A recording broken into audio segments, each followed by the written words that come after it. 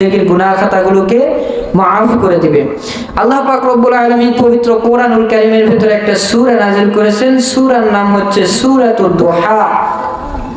আল্লাহ পাক রব্বুল আলামিন সূরাতুদ দুহা নাযিল করার পরে পুরা পৃথিবীর মানুষগুলোকে সুন্দরভাবে জানিয়ে দিচ্ছে, মানুষরা তোমরা শোনো, আমার আল্লাহ পাক রব্বুল আলামিন পুরা পৃথিবীর বুকে যত মানুষ রয়েছে এই সমস্ত মানুষগুলোদেরকে সুন্দর করে আমার আল্লাহ তাআলা জানিয়ে দিচ্ছেন, যে ব্যক্তিরা বিশ্ব নবীকে ভালোবাসবে, যে ব্যক্তিরা বিশ্ব নবীকে মহব্বত করবে, বিশ্ব নবীর ভালোবাসা যে ব্যক্তি অন্তরের ভিতরে রাখবে, আমার রাসূল সাল্লাল্লাহু আলাইহি ওয়াসাল্লাম হাদিস শরীফের ভিতরে বলেছেন, লা ইউমিনু আহাদুকুম হাত্তা আকুনা আহাব্বা ইলাইহি মিন ওয়ালিদিহি ওয়া ওয়ালাদিহি ওয়ান নাসি আজমাইন।